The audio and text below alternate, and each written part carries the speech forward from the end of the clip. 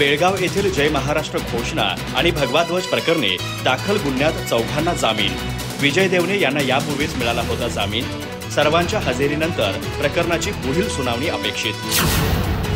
बेळगाव महापालिकेसमोर कन्नड संघटनांनी फडकवलेल्या लाल पिवळ्या ध्वजाच्या निषेधार्थ कोनेवाडी इथं भगवा ध्वज फडकावून जय महाराष्ट्राच्या घोषणा दिल्याप्रकरणी दाखल गुन्ह्यात उर्वरित चौघांना बेळगाव न्यायालयानं जामीन मंजूर केलाय।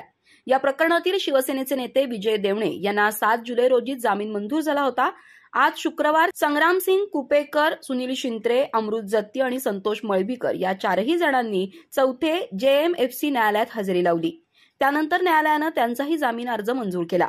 घटनेचा आढावा घेतला असता 21 जानेवारी 2021 रोजी विजय देवणे आणि त्यांच्या सहकाऱ्यांनी कोनेवाडी इथं कन्नड संघटनांकडून फडकवण्यात आलेल्या ध्वजाच्या निषेधार्थ भगवा ध्वज फडकावून जय महाराष्ट्राच्या घोषणा दिल्या होत्या।